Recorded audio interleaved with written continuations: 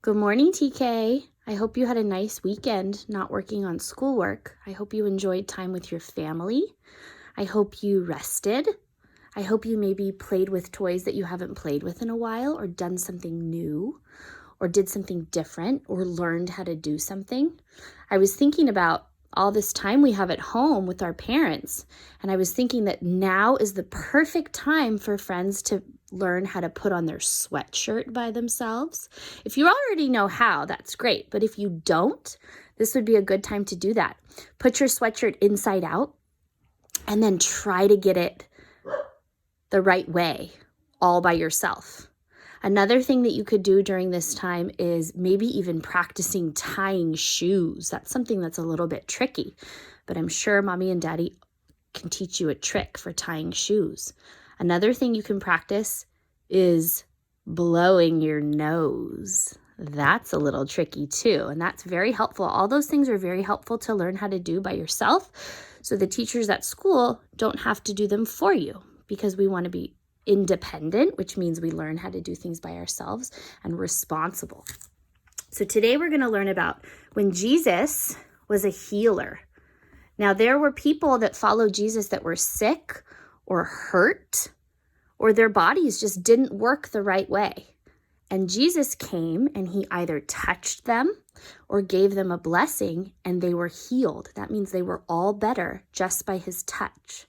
So normally, if somebody has something wrong with their body, they have to take medicine or do classes called therapy to help fix the part that's wrong. But Jesus just came and he touched them and they were automatically, right away, all better. So we're going to read a couple of stories about Jesus as a healer. Jesus the healer. Jesus was living in the town of Capernaum near Lake Galilee. One day he went to see a friend. The mother of his friend was sick with a high fever. She felt so bad that she could not get out of bed. Jesus went up to the woman. He told the fever, "Go away." The very next moment, the woman got out of bed. She felt fine, and she was able to serve them a meal. Later that day, after the sun had set, people with all kinds of diseases were brought to Jesus. He put his hands on each person. In that second, the person was well again.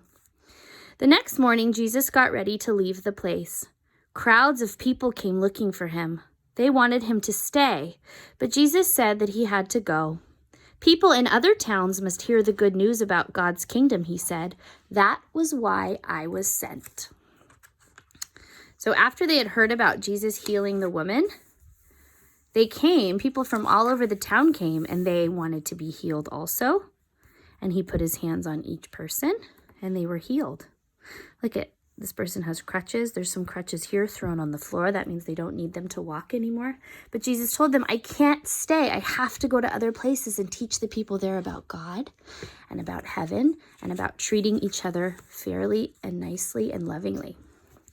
All right, this one's called Jesus Heals a Crippled Man.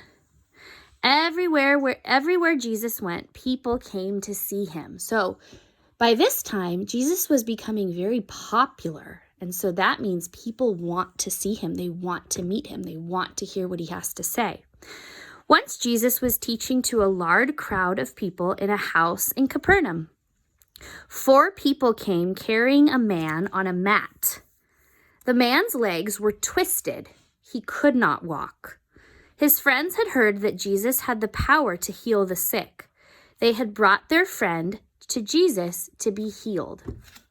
So the man has legs that don't work. It says his legs are twisted. And so that sounds like maybe he was born with legs that don't work like yours and mine do. But the people were crowded around the door. Look, there were so many people. The people that brought the friend that has the twisted legs couldn't get through. The men could not get in. In those days, most houses had stairs on the outside that went up to the roof. The men carried their friend up the stairs. They took some tiles off the roof and they made a big opening. Then they lowered the mat down to the middle of the room where Jesus stood. So it says that it was very crowded.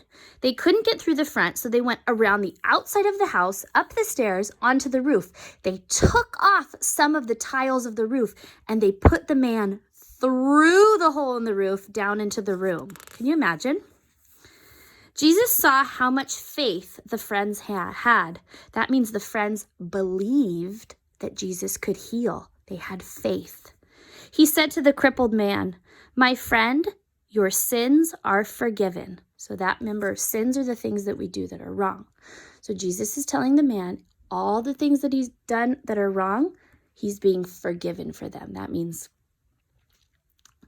this upset some of the people in the crowd. They thought that he must think he is God. Only God can forgive sins. Jesus knew what they were thinking. He said to them, "Is it easier for me to tell this crippled man that his sins are forgiven? Or is it easier for me to tell him to get up and walk? I will show you that I have the right to forgive sins here on earth." So Jesus looked up at the man and said, "Get up, pick up your mat and go home." Do you think the man with the twisted legs who's never been able to walk before is going to get up? Jesus said to him, "Get up, pick up your mat and go home." Do you think he's going to be able to do it? The man got right up. He picked up his mat and he left. Everyone was amazed. They praised God and said, "We have seen a great miracle today." And we have one more. This is called, we had two more.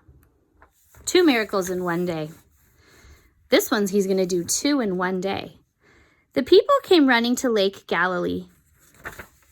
They had seen that Jesus had gotten out of a boat and was standing on the shore.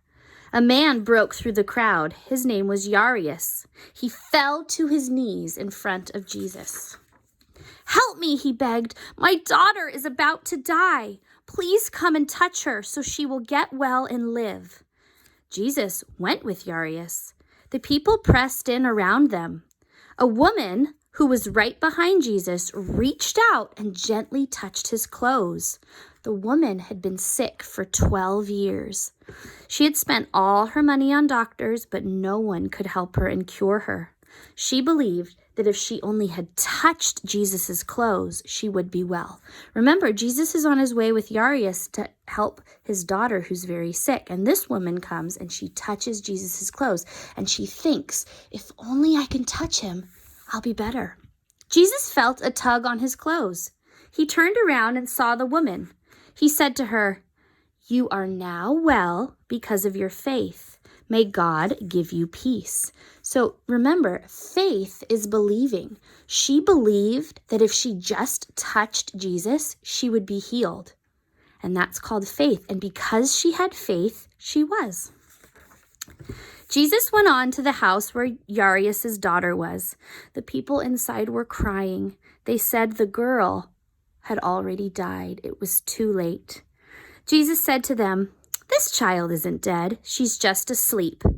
He went to the little girl's bed and he took hold of her hand and he said, "Little girl, get up." Do you think she's going to get up?